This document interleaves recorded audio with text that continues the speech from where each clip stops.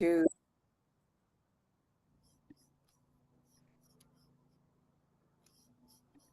Which order are we going to go in? Okay, he's not in the waiting room. Okay. Let me just can we send him the panelist link one more time? Is that possible? Oh no, there he is. He's in there. Okay. Sorry. Oh, I see him. Yeah. Hello everyone. Hold on. We'll be with you in a moment.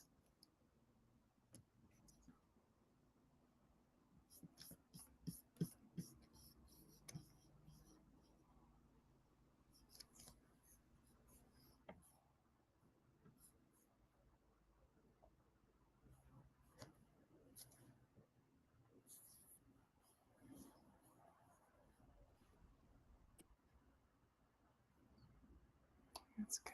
Okay.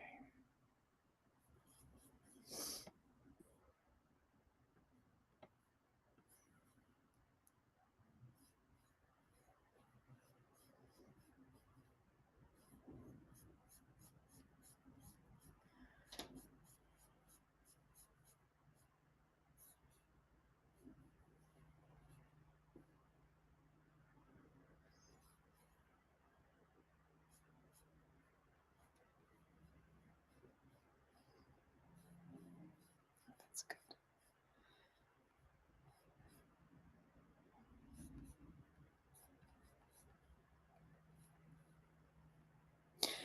All right, it's 4 o'clock, so let's begin. Those of you who have been to previous events, I apologize for the fact that I'm going to say many of the same things that I said before to introduce this session. So, welcome to the Utah Poetry Festival. This is the third of our 4 headline readings, and I'm moderating it. I'm Lisa Bickmore, the Poet Laureate of Utah. This festival began as an initiative of my predecessor, Paisley Reckdahl, during her tenure as Poet Laureate of the state, and I'm very proud to be able to continue it. That said, I want to especially emphasize that the festival would not be possible without the support, both logistical and financial, of Utah Humanities and the Division of Arts and Museums. For this session, Case Johnston is facilitating the Zoom. Thank you so much, Case. As you well know, the institutions that support and promote the arts, both in our state, the arts and the humanities, both in our state and nationally, are under severe strain and attack. So I urge you, as a citizen and as a lover and supporter of the literary and other arts, to contact your elected officials to tell them why experiences like this are important to you. I want to thank Nano Taggart, Lara Stott, Maureen Clark, and Melissa Salguero for their work in planning the festival. The panels that we had earlier today came about through their efforts, intelligence, and invention. There are a few housekeeping details. For this session, your video and microphone as as audience members, are muted. You will be able to ask questions of our readers, however, and you can do this by posting your questions in the Q&A. We'll try to save a little time at the end for our readers to answer your questions. Please do check out the virtual book fair and reading room at the festival website. Books and other materials by all our participants are available there for you to peruse and purchase. And finally, I want to thank you for being here. Thank you so much for being a part of the literary ecosystem of this state, making time for and showing up for poetry. So I'm going to introduce our 2 readers in the order that they will read, and then I'm going to let them read. They'll each read for 20 or so minutes, and then at the end of that, if there are questions that you'd like to ask, please do post them in the Q&A, and then we'll address those near the end. So the first reader will be Lance Newman, who is the author of Proverbs of Earth, published by Spuyten Duyvil Press just recently in 2025, as well as the author of 3 chapbooks, Satellite View, finished by Finishing Line Press, 3x3x3, Beard of Bees, and Come Canab at Doozy Press. His poems have appeared in many print and web magazines in the US, the UK, and Australia. Newman teaches literature, media, and writing at Westminster University in Salt Lake City. For more information, you can see his website, www.lancenewman.org.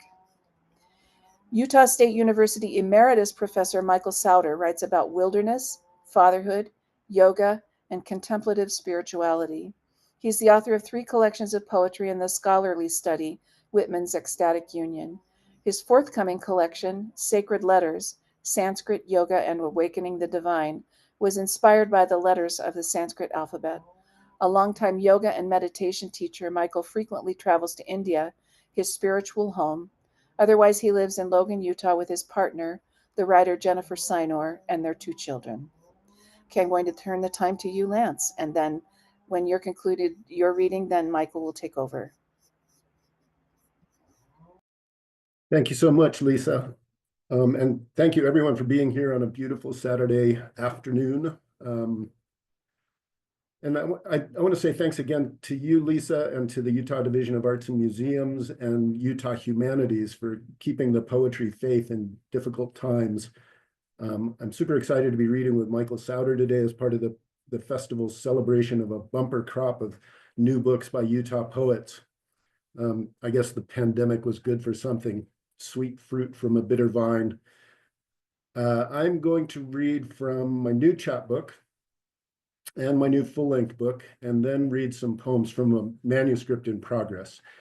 And we'll start local and then go on a bit of a journey through time and space. So these first few poems are from the chapbook Satellite View, which will be out in July. The first one is called Fall Canyon. Sink your feet into the black sand of a tragedy or two. The idea of a desert spills from mesquite blossoms on the wind.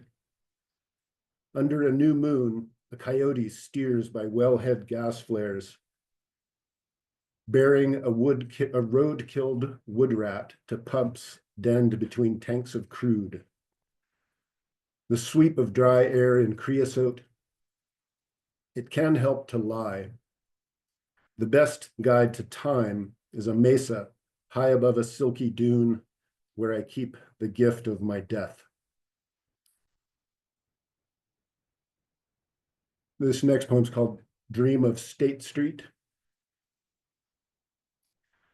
The redbuds in the park strip show blood orange over a couple nodding out on a traffic calming bump out. Shouldn't it be shelter weather? There used to be a body shop, a wrecking yard, and a deli where now a work crew is rushing up another row of boxy condos. Today, I'm interchangeable as electrons, locked in orbit around the dispensary's drive-through. I amble from one second to the next till it's another degree hotter and everything's changed places again.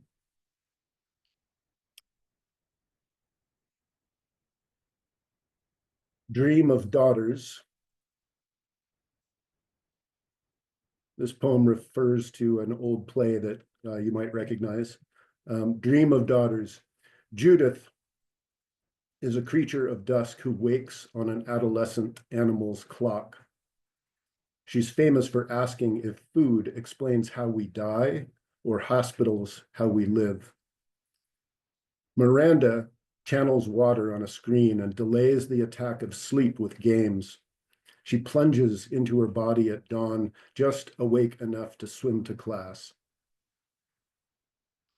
Ariel loves the blast of hours, but wakes sullen in the dark. She's a sorceress, searching for a mammal's natural power to spiral into the deeps, to weather the deluge. She's a siphon, a grapple, a tempest, searching for a vacant shore. And then the last poem from Satellite View is called Variations on My Life, titled after Lynn Hagenian's book.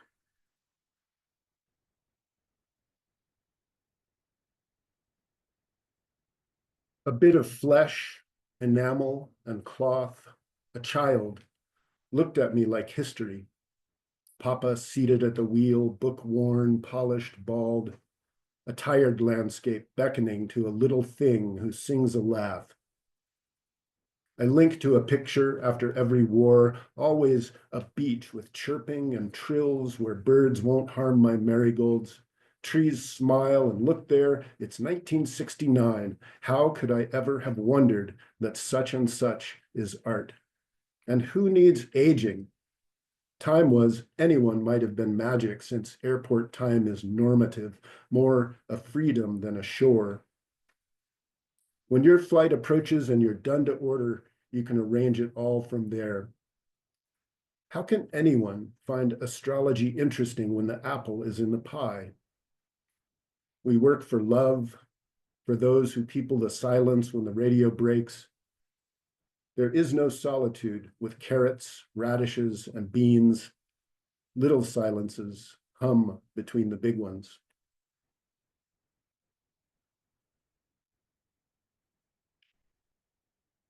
Now I'll read a few poems, about a dozen, Baker's dozen, from Proverbs of Earth.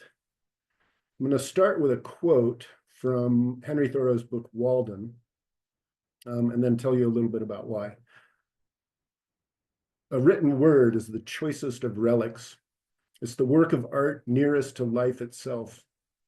It may be translated into every language and not only be read, but actually breathed from all human lips, not be represented on canvas or in marble only, but be carved out of the breath of life itself. The symbol of an ancient man's thought becomes a modern man's speech. So this book consists of 130 short poems, 4 to 6 lines, 5 to 7 lines apiece. And they are all constructed out of words harvested from the first 2 chapters of Henry Thoreau's book, Walden. Over the course of 365 days, I wrote a couplet or a triplet every day, borrowing the words, but not the syntax or the meaning from Walden. And then took those 365 chunks of language and compressed them, sorted and compressed to make these poems, which that's all I'll say about them. The book is dedicated to Ron Briley, my high school history teacher who introduced me to Walden. And he may be on this call, but and he may correct this story, but I remember him as, not because I was there, but because I heard the story, as walking around the campus of the University of New Mexico in 1968, 1969 during the protests against the Vietnam War, wearing a tweed jacket with leather patches on the elbows and a copy of Walden in the old edition with civil disobedience bound together with the memoir in his patch pocket of his jacket. So I will read a few of these, and in between, rather than say anything, I'm going to chime to let you know that I'm moving from one poem to the next. I mistook time for the cracked rhymes moths chewed into my books. The fruits I eat now were once out of my knowledge. Art settles to earth, lives come and go in play and pain.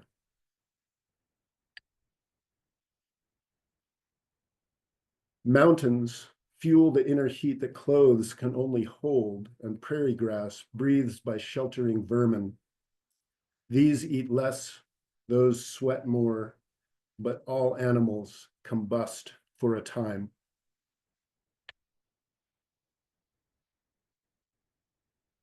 Disease draws the body like a draft pulls fire.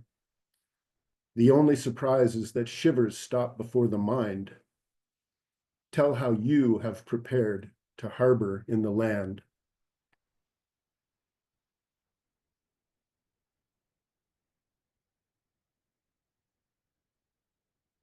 My house imports flat light and exports the glow of loss. I could yield a little heat if you draped today in grace. Travel happens when a raw span of time joins the world to itself.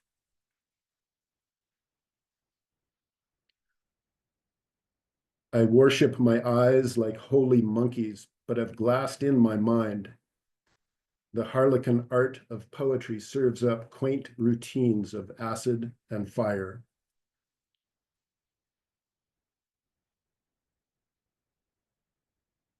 Another soldier learns that a lie requires a ready believer.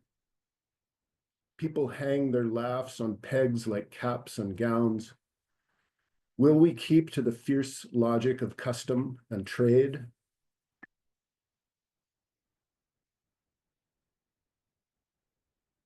A child on the hearth of a singing cave, a life played out in the distance. If I survive the stars spinning through the palms, innocence will look as easy as sleep.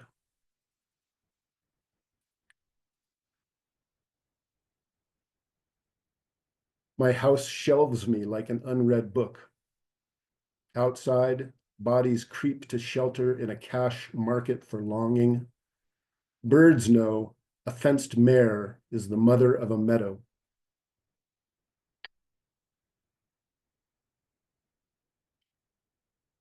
I gulp time like water to still the clatter of sleep. If I am a script, the show will play well enough. I'll invent heaven as I come to it.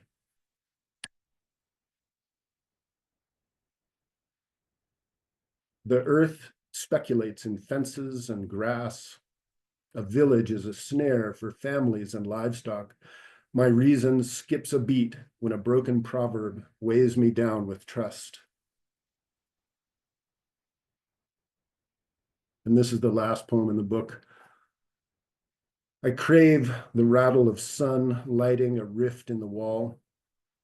Can I grasp a universe that's true to ringing hills? Fair is as fair sees, and it all ends in music.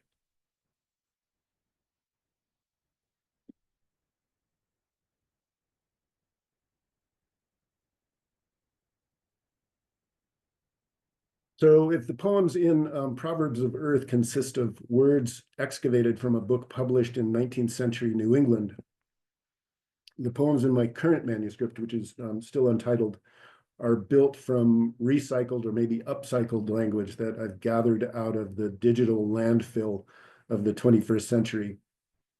And you'll see in here that they're very, very different from the ones I've just read.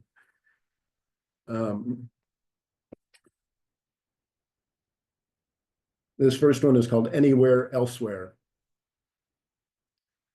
The empire has struck back, a phosphate green monoculture of God-starved thugs and malls, sycophants posing in 4 dimensions. No bees to answer the orange blossoms, no fatty plaques to foul their obscene hearts, no master key to muddled memory. I'm doom scrolling through the neighborhood text thread. Oh, my fillings and emulsions. Can I go back to smoking in a bar with wickerwork settees and a blousy amaryllis swaying on the china hutch? Maybe I'll sprout a luxuriant beard and vanish into a cypress morass. The next election can't come soon enough.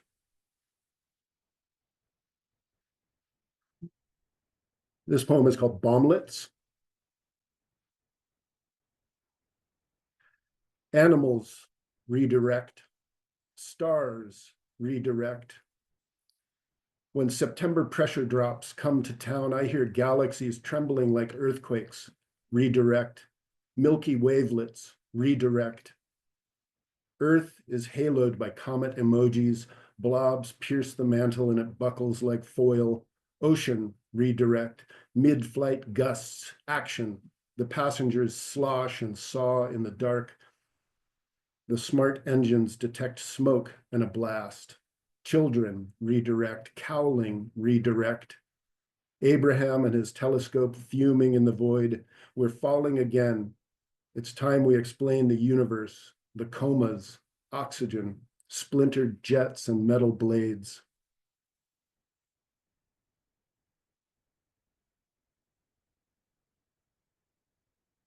Yoke me to my metronome.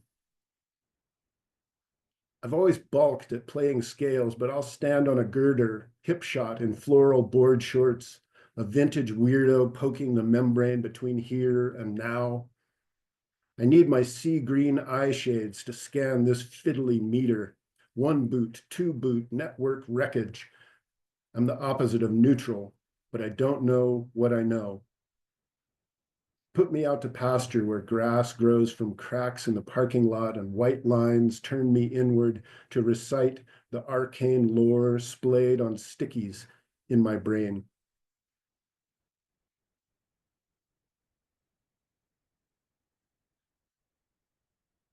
Post-acute guessing game. Now I'm a prairie school grandpa, crooning about madrones and mice. Longhand is my signature gimmick as I dredge for stout vessels, yarrow in the rusty wash tub, mangle rollers, shaggy with moss, garlic scapes by the pallet fence. There is a hard bottom to hit. My nauseating unbelief, my vote for a jumpy hustler with his palm on the detonator. I just OD'd on images of oldie times, a basket of subway tokens, Grove heaters, oiled shell roads, and stamped steel fenders. You are lolling in a knot of sheets, noodly arms and pinkish drool and a weepy ladder where you got split.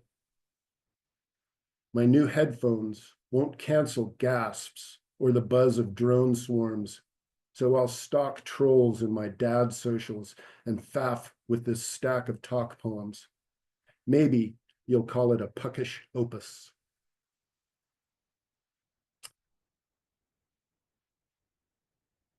This is a little bit longer poem called A Slash of Osprey on Cypress. A Slash of Osprey on Cypress. It was published in the most recent beautiful issue of Sugar House Review. It's subtitled 14 Tanka after Harriet Mullen. It was written in conversation with her book, Urban Tumbleweed. Solitary bees winter in the allium stems. Come spring, they'll forage in the sage. I won't let my memory go to waste. I tussled with the urchin about her mundane yammering. A leaky keel still steers us yonder to the origin of talk. Jabbering hucksters, cast iron lies, drop a word into the godless ocean. May it rise like dough in the estuary's heat. I'll sop up spilt whiskey with cake, a hedge against the day my motor binds. My closest kin are now the thistles that fringe the bog. I'm still amped up on boyish wonder, all scaly elbows, contraband smokes, and the nagging whisper of seconds slipping away. The ink fades and the pages go orange. I've lost track of the thread, and my old spine clanks and grinds when my head spins on its gimbal. Another logjam in the Zocalo. Time to say ciao to the tin horn mystic who ratcheted up my craving for silence. In our cutesy patois, waste means kill, but there's no slang for whimper or groan. My nap terminates with an inner thunk of knowledge. I've forgotten where to go from thank you, like no one can recall why iota means speck. Are lodestone and Dow's fossil words too? I eat like an egret spearing worms in a bucket. Oh, I forgot the truck of resemblance must be sturdier than its load. Lake ice insulates the chalky bottom where a tangled knot of worms tunnels under the wall. My wits are thawing in the reeds. Cicadas swell underground, rise from the soil and molt in the willows. My chromosomes toggle on and off in a nod to art. A grackle on the banister tosses somersaults to a robotic concerto, this melody accreted from the ooze. After all our talk of goldfinches nesting in the rose arbor, we're still lapping up milt and roe while the chef flays a chinook.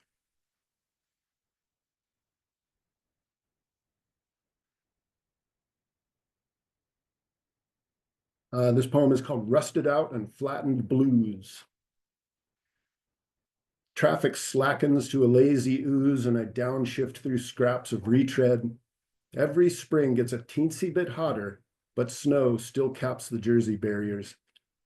A poem is still just a spy hole aimed at a nickel glued to the sidewalk. A pioneer schoolhouse where voices clatter in the ducts and tween phantoms slither down the dumbwaiter shaft. The hurdy-gurdy man wears an electric blue suit. Whose air is it after all, and why did they hoist a bright white wedge spangled with plastic pearls? I rehearsed a monologue of fragments for just this moment, a blazing tapestry of nonsense.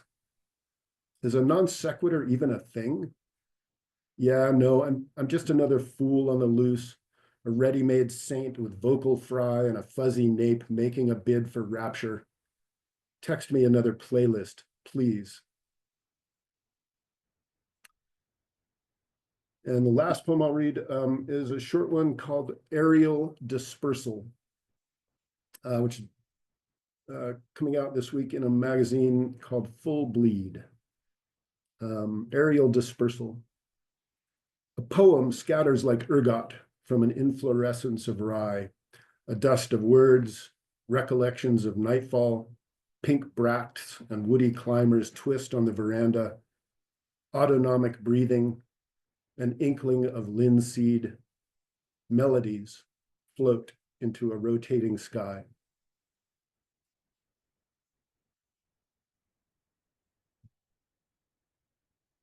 Thank you, everybody, for listening. That was a lot of fun to do. Michael, you're up. And you're muted. Okay, thank you, Lance.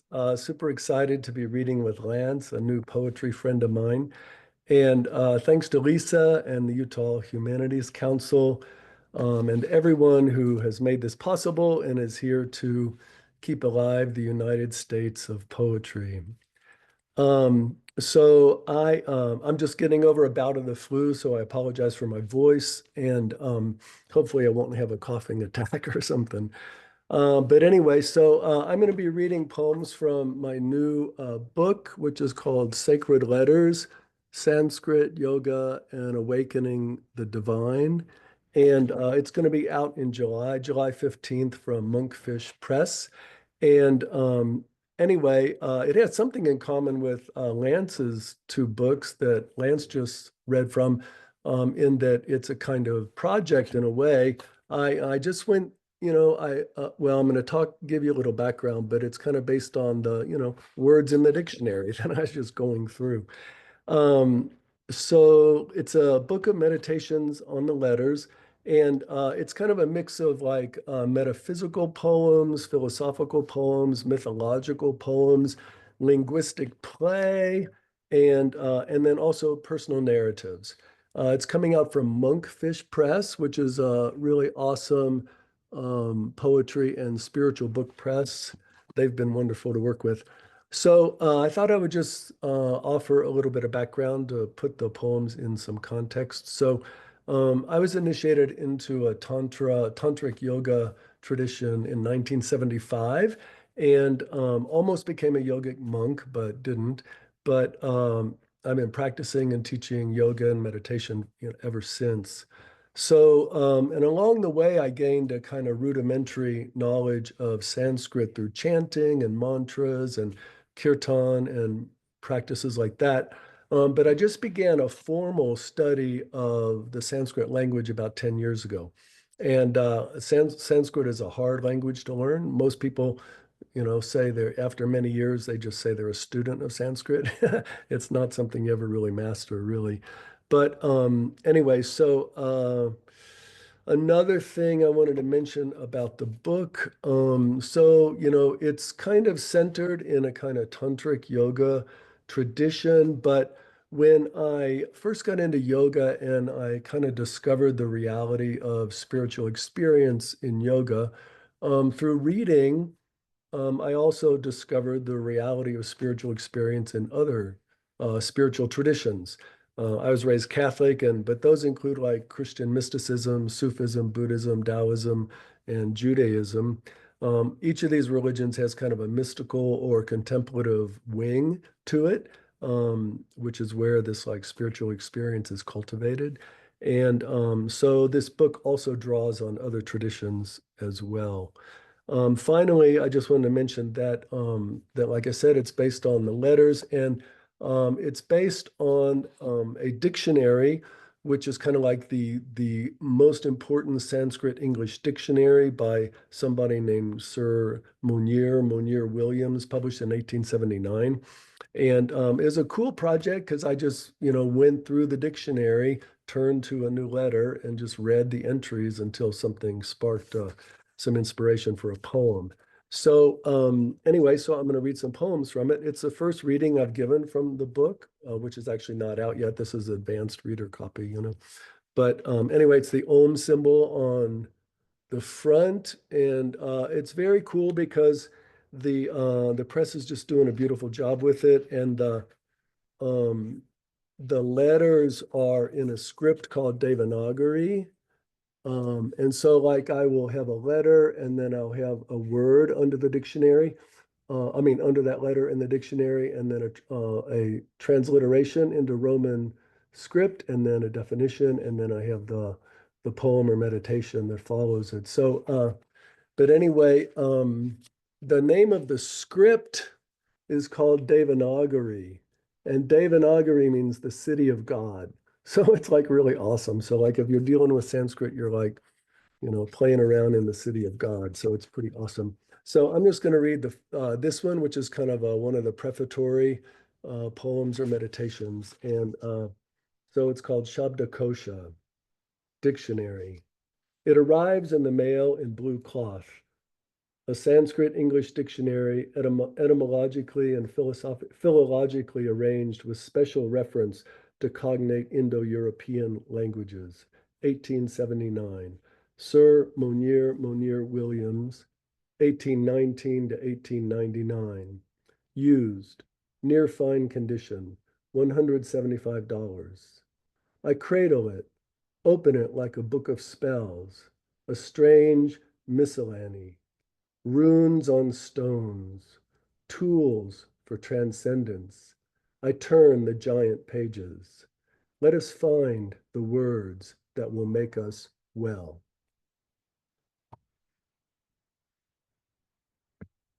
So then the first poem based on a letter I'm going to read is the letter U. That's what it looks like. So this is U, fifth letter, pronounced like the U in put. Second phoneme of the sacred syllable Om, a name of the deity Shiva, Lord of Yoga. Also want to mention that the letters themselves also often have meanings in addition to like the words that appear under them.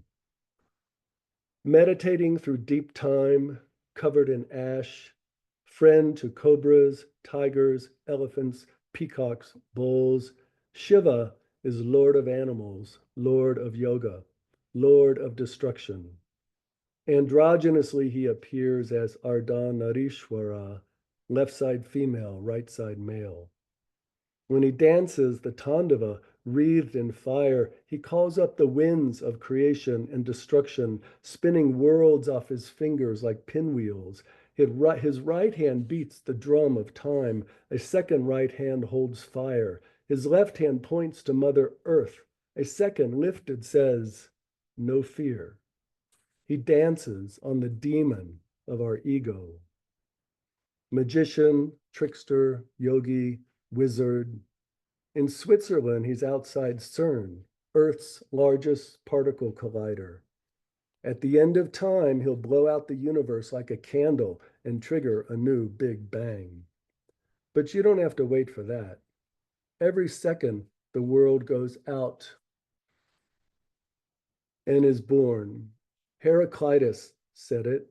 Rivers, breath, body, seas, galaxies vanish and are born, vanish and are born. Every moment annihilated, every moment new. So here we stand at the center. Some cry catastrophe, despair. Just lift your foot to the sound of the drum, the one no one hears. Om Namah Shivaya. Under our feet, particles are colliding at the speed of light.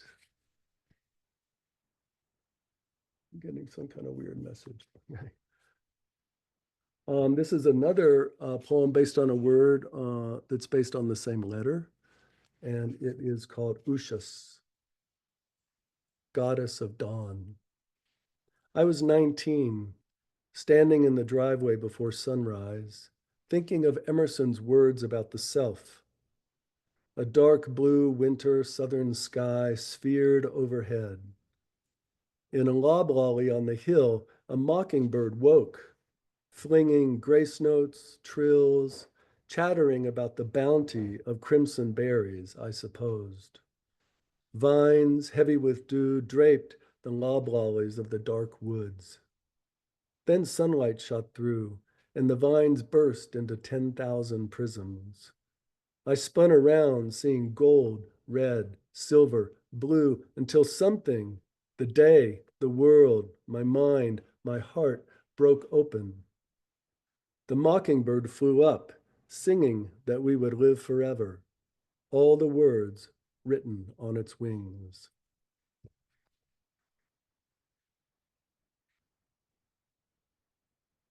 The next one is based on the letter which is like an R. And, English is related to Sanskrit. It's one of the Indo-European languages. All European languages are related to Sanskrit. And there's a wonderful story about how that was all discovered and the whole Indo-European language family, which is like super fascinating, super fantastic. Anyway, this is a kind of list poem. I always tell my students that students love lists. I did my dissertation and my one scholarly book on Walt Whitman, and Whitman is, all of his poems are full of lists. And this is a kind of list of prophets, and it's called Rishi. And the rishis were the prophets or seers who received the original ancient scriptures of India called the Vedas. So rishi, poet, father, seer, sage. Think of all those prophets. 7 seers, rishis, heard the Vedic hymns of perigee and apogee. Seraphim touched Isaiah's tongue with a burning ember from the altar of God. Into a cloud of fire walked Moses and heard the voice, I am, I am. Tiresias turned blind, turned female to read the leaves of prophecy, and no one cared about Cassandra murmuring of Clytemnestra's mariticide. Munching locusts, the Baptists spat out carapaces and lizards' feet, washing new apostles for the end of times. Gabriel brought news of a son to Mary, and shepherds gazed up into angelic theophanies, while their sheep tore grass out of the snow. Nagarjuna, sorcerer of emptiness, stole from serpents the lost revelations of the Buddha, and in Hira cave Mohammed prayed and fasted and prayed until Gabriel came again and held up a veil with golden letters commanding Muhammad to read. Joan of Arc heard a quiet voice and began sharpening her father's sword. In a castle, St. Teresa found the bridegroom's chamber, and Milton staged the birth of the one light. Joseph Smith read gold tablets with magic seer stones, and Whitman set the type for the New American Bible. Half a world away, Ramakrishna tracked God to the center of the atom, but found his tent pitched in the canyon of the heart. Forgive them. They tried to write the music that they heard. So who will be our seer now as we spin our planet into flame? Who can hear the music of the turning spheres? Listen carefully, my friend. The only rishi now is you. So this next one, some of them have more personal narratives, and this one has more of a personal narrative. And it's based on the letter I, which is this letter. It's the 12th letter. Oops, pronounced like I in the sky. So I, 12th letter. The letter is an interjection, a name of Lord Shiva, auspicious one. And then I land on a word Indra, a name of the goddess Durga. And then Indrajala, of magic, sorcery, from Indrajala, Indra's net. In the beginning, Indra, chief of gods, spread out the cosmos like a great blue net. In each knot, he sewed a jewel of 10,000 facets. Now every jewel reflects every other. Each being contains all other beings. This morning, I'm walking home after rain with my child in my arms. Puddles lie around us like fallen pieces of sky. As we walk, Aiden keeps his gaze on me, and I remember how when I was 4, I saw my face inside my mother's eyes. At home, we walk along the porch where windows hold our faces in their hands. In his bedroom, carved animals, coins and crayons, stones and cowrie shells, all our lives setting the pieces back together.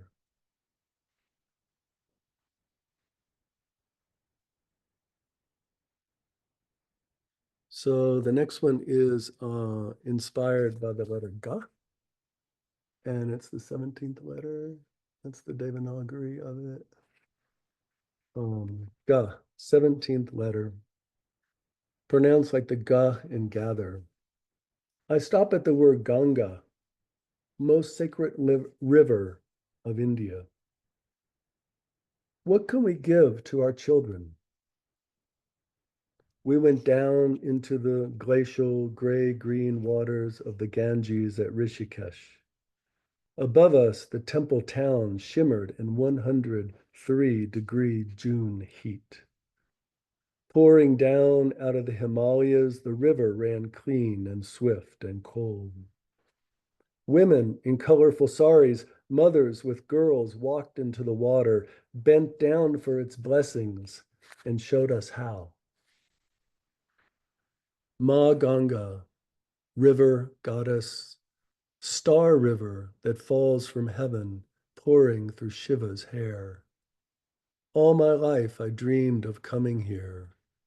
We bow down, our heads go under.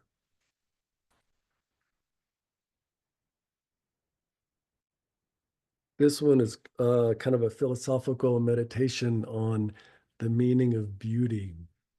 And it's inspired by the letter Cha. And the word under it is chamatkara. There's actually a yoga asana called chamakarasana based on this word. So, okay, so Cha, 20th letter, pronounced like the Cha in charm. Chamatkara, astonishment, wonder, rapture. Above me, a mountain ash spreads a crown of 10,000 leaves, shimmering before a cloudless blue, like pieces of jade and lapis. Out of the branches, a kingfisher flies, crying, "Where, where, where?" I'm dangling my feet over the edge of summer. I too want to be lifted into beauty. And what is beauty? Theologians and philosophers have cracked their heads over it. Is it a snare, like the garden of Spencer's bower of bliss, or is it Plato's ladder of love, by which beautiful things have been arranged like rungs on a ladder on which we ascend to God? Plying Lake Geneva, St. Bernard averted his eyes from so much earthly glory. The 8th century Kashmiri Vijnana Bhairava Tantra says to see the world merely as a magic show, and the Buddha too pointed to beauty's ephemerality, its essential emptiness. Nietzsche said God was dead, but before that he said that it is only as an aesthetic phenomenon that the world and all existence can be justified. In spite of everything, the world is beautiful. I turned away once too on my way to becoming a monk. But the first attribute of God is beauty, wrote Jonathan Edwards. And Emerson echoed him, "It is not that the world is painted or adorned, but beauty is the creator of the universe. Poet Isa, after his little daughter died, wrote a haiku for his master. This dewdrop world is but a dewdrop world. And yet there was a daughter. I gaze up into this green June jubilee, 10,000 green fires bursting into ecstasies of flickering light, 10,000 pennants, 10,000 affirmations that all our problems are made up.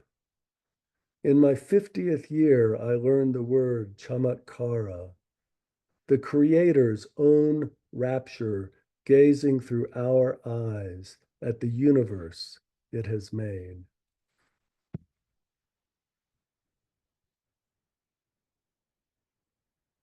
All right, I think I'm going to read two more poems, and that also leave us some time maybe for questions. So this poem draws on a Islamic Sufi saint who was hanged for apostasy. And it's based on this letter and this word, which is kind of fun to say. So ta, 31st letter, tara taraya, to grow giddy, to tumble. My dearest guru, how long since I grew giddy and tumbled like a child? This path you lead me down, so serious, full of fasting ascetics, penniless renunciates, hermits, ghosts haunting charnel grounds, scholars poring over dead languages, turning palm leaves of tiny script. I get up from my desk with a furrowed brow, a headache, get some aspirin.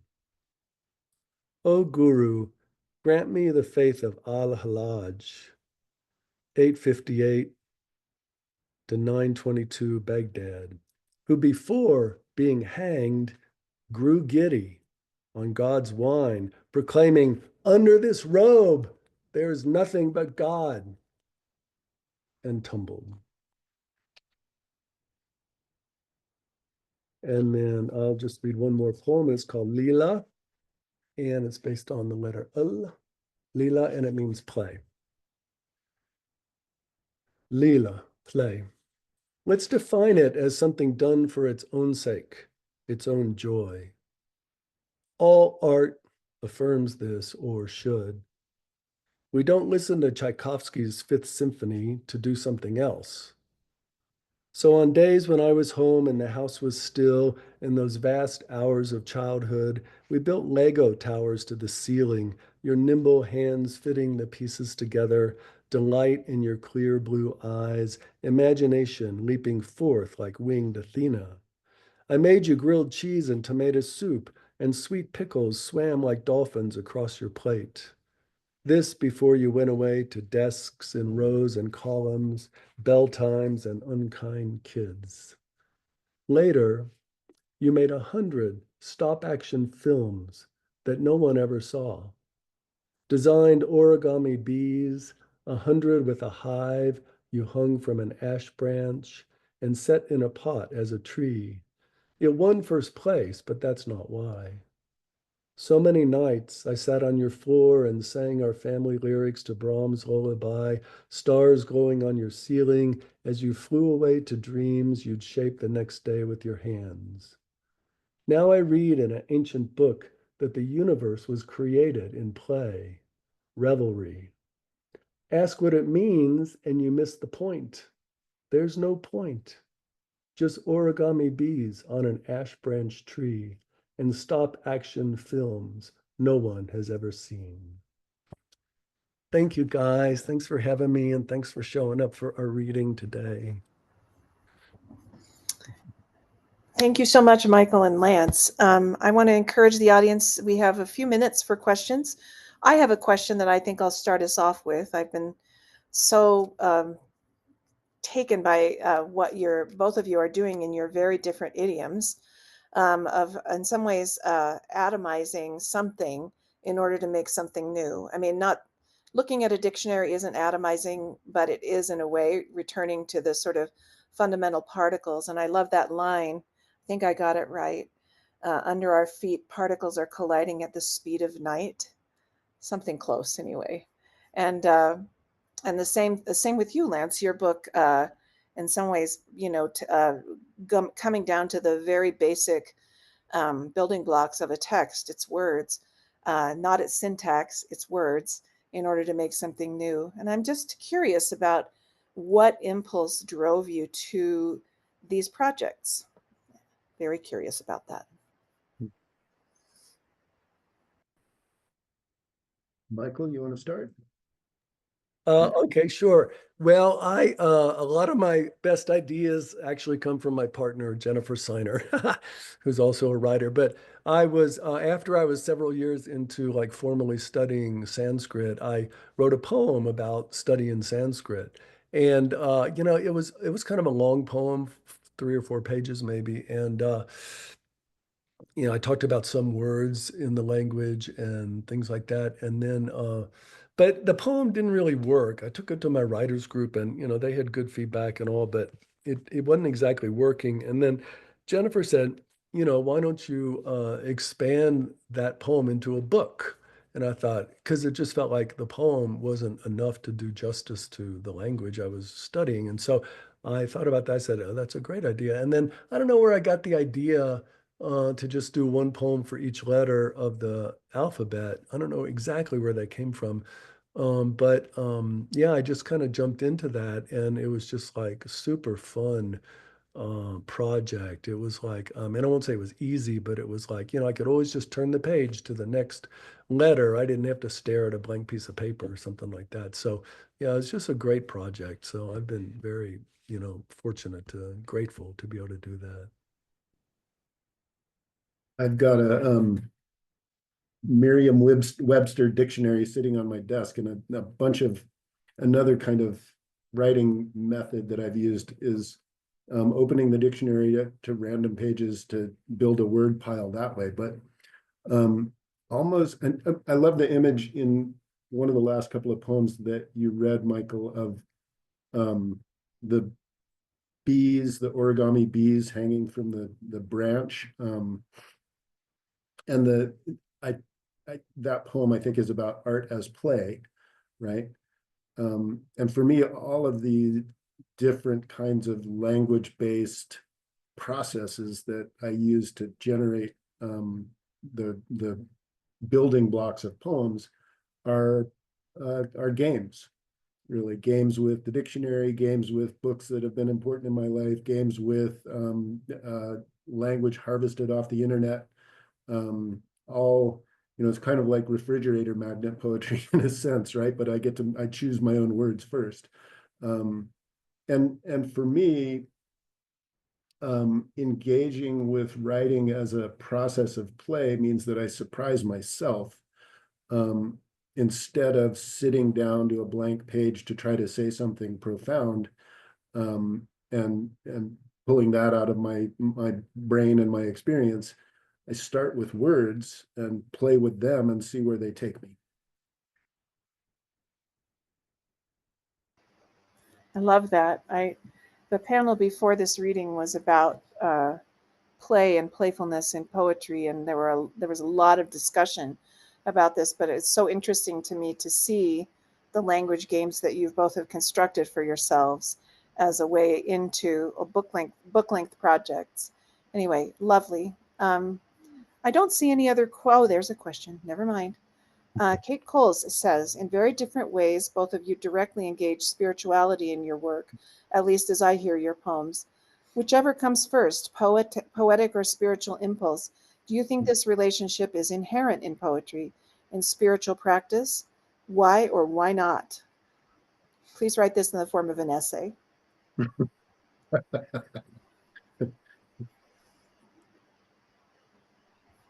I think poetry is spiritual practice, in a way, or it's a form of practice. And yeah, I think I'll just say that.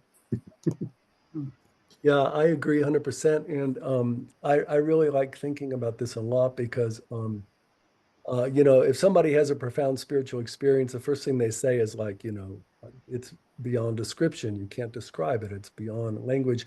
And then they spend the rest of their life talking about it and writing about it, you know? And so, because, you know, language is all we have. And, you know, similarly, there's like so many spiritual, like sacred spiritual books that say, you know, you cannot learn this in books. You cannot, words cannot tell you this, you know, and there you are reading a book the whole time. And so, I mean, it's actually true of all experience in a way that, you know, language can only point.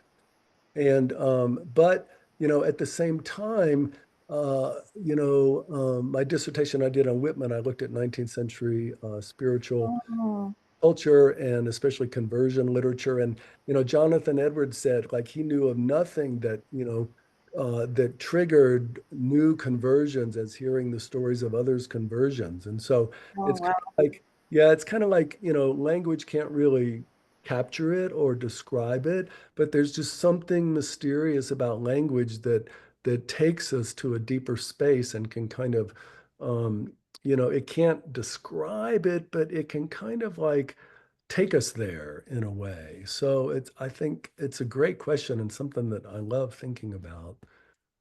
Yeah, and I think, I mean, if one of the points of spiritual practice is to access um, experiences and realities that are beyond where we live every day, and beyond the places where we get stuck in habits of thought and habits of being. Um, I think playing with words, playing with language, is a way to sort of cast out a trail of breadcrumbs and that you can follow out of this place into a different place where sometimes you're a different person. Sometimes you have experiences that you wouldn't have otherwise, and you have thoughts and perceptions that you might not have otherwise. I want to thank you both so much for these beautiful readings, your gorgeous words. What a true pleasure it has been in the deepest sense. I want to tell our audience that this is the next to last event of the Poetry Festival. And you may think that you've had enough of Zoom, but let me urge you to say that the reading tonight will be a fitting conclusion to a very fine festival. So I hope that you will, if you have not already, register for that reading. Please go and find these books that Lance and Michael have written in the virtual book fair. For Michael's, you can pre-order it, but Lance's is available now. And please register for, if you have not, the final reading of the Poetry Festival. Thank you so much for attending and spending part of your afternoon with poetry. Have a good rest of your evening, hopefully with a little more poetry in it. Thank you, Lisa. Thanks, Lance. Thank you for Thank the you. question, Katie. Bye-bye. Yeah.